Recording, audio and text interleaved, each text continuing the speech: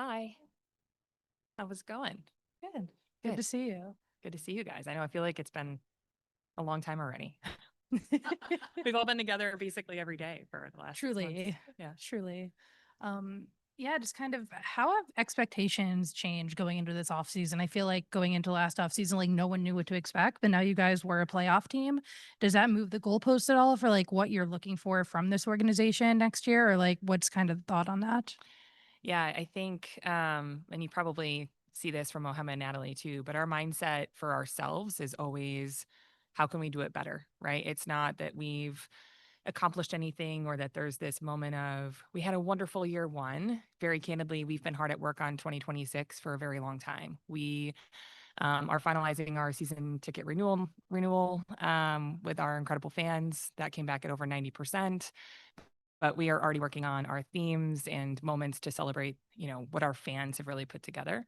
But the goalposts, there's a lot out there with the numbers of the success that this team has had, and that matters. But we're not satisfied with that, right? For us, Peter Guber puts it best, and we think about it all the time of this is the beginning of the beginning, right? This isn't a movie premiere. This is a team that will be here forever and build legacy and to be a part of this great league. And so for us, we're constantly thinking of the things we did well, but that we think we can make better, and the things that we haven't done yet that we want to, and maybe we have some bandwidth to think about that. Hey Jess, I'm just curious. Is it, would you say flattering or frustrating that multiple of your front office staff have been poached by other expansion teams? That kind of says that what you guys have done is a success, but then does it make it harder going into year two, trying to get new people in? I mean, from my seat, from the business seat, it doesn't. I think that, I think you're probably referencing Kimberly Veal for us, who was a great person coming from the Warriors from 6 years, background in the W for 6 years before that. She helped us build and put together a really valuable team. And she made a decision that was best for herself. And, we wish her all the best in continuing to grow this league, which is really important. But it also allows us to take a look at what else we need going into year 2, 3, 4. So for us, it's about her, not necessarily us, I think, in the work that she's accomplished. And hiring will be a big piece of, I think, everybody's strategy moving into year 2 is expected. And that just adds a layer to that for sure.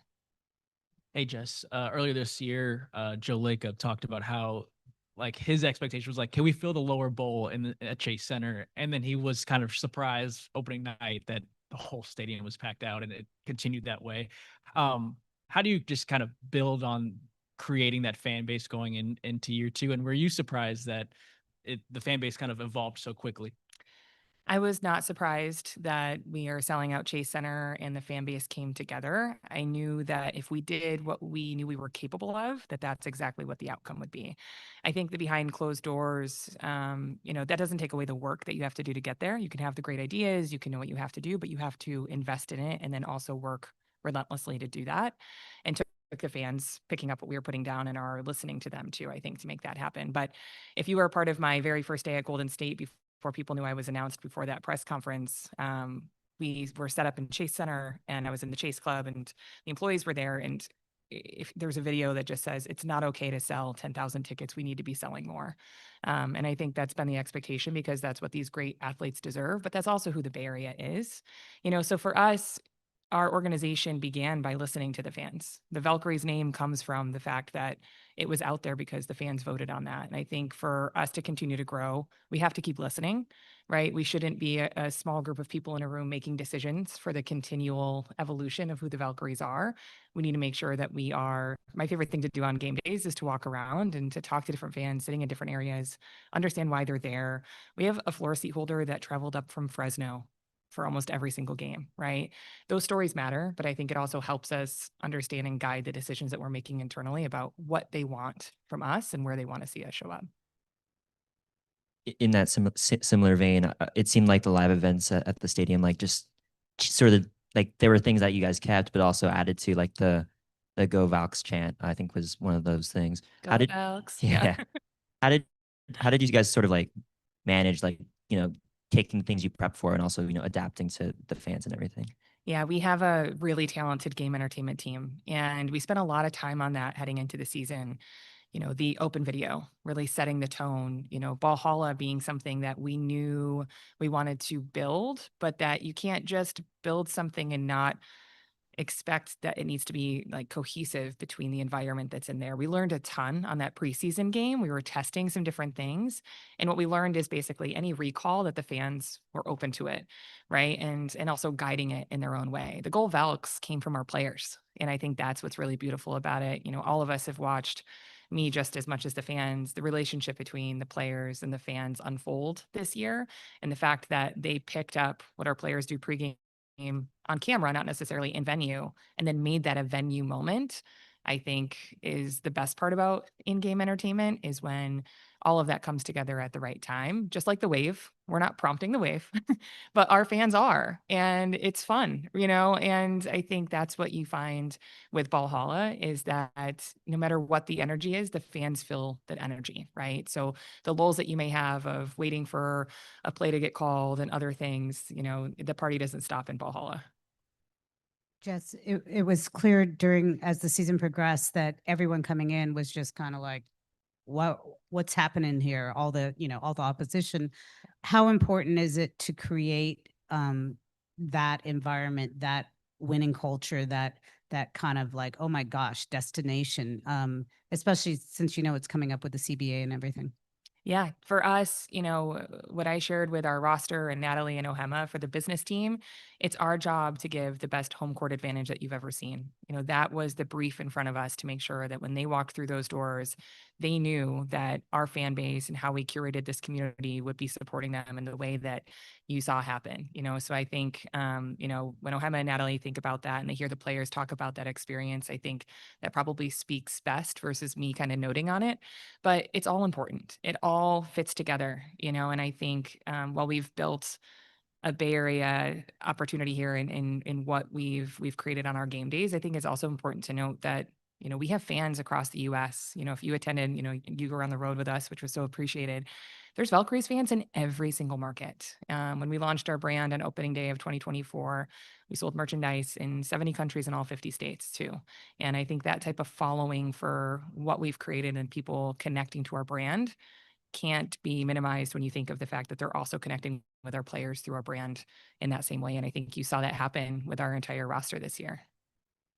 I'm curious, just going off of that, how important is it to keep that momentum in the off season?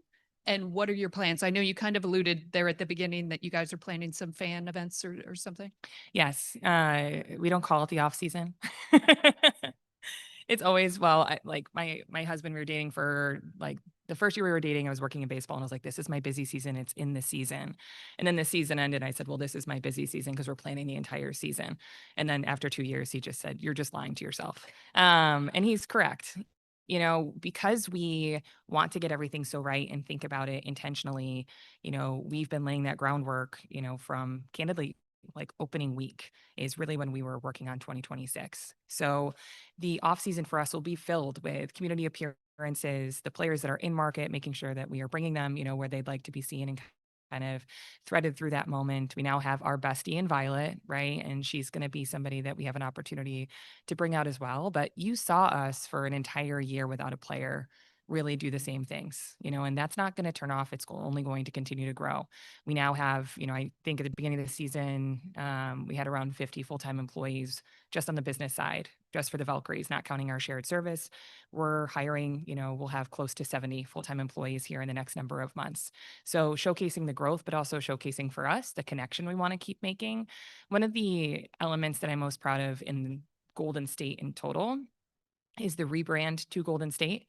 While it seems subtle, I don't think you can take for granted the power that it shows to have Golden State Shop versus just Warriors Shop, Golden State Foundation versus just Warriors Foundation, but most importantly to me, the Golden State Sports Academy.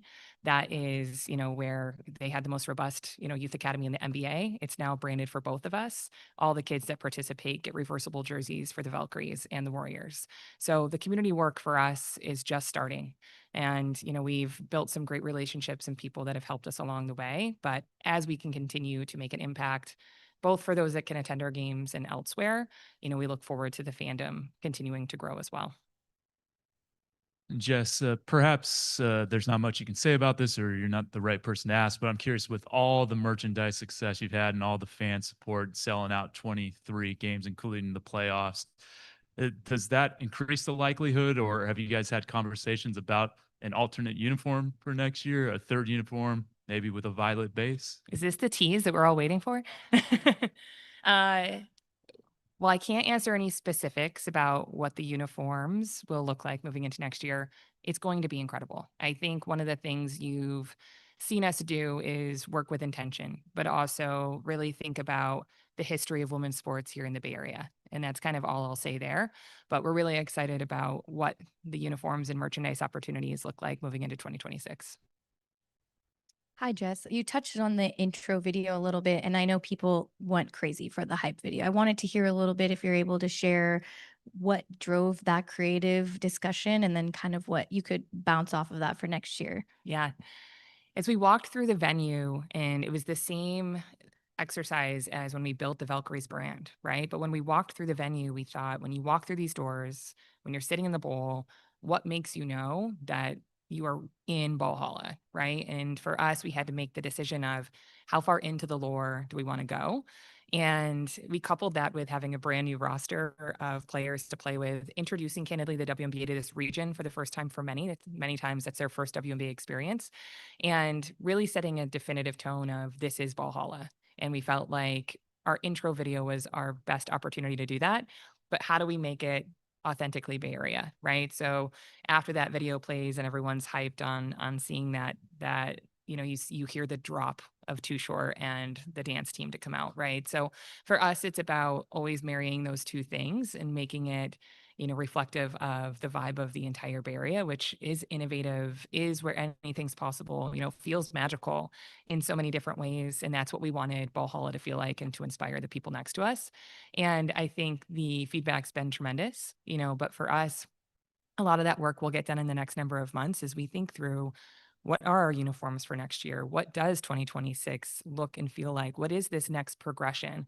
We still have that chip on our shoulder. We are not satisfied with anything that we've already completed. And I think our fans aren't either, right? They are getting recognized for the environment that they created. But how do we feed them more and make that even more incredible next year? I love our fans so much. Yep. Thanks. Thank you.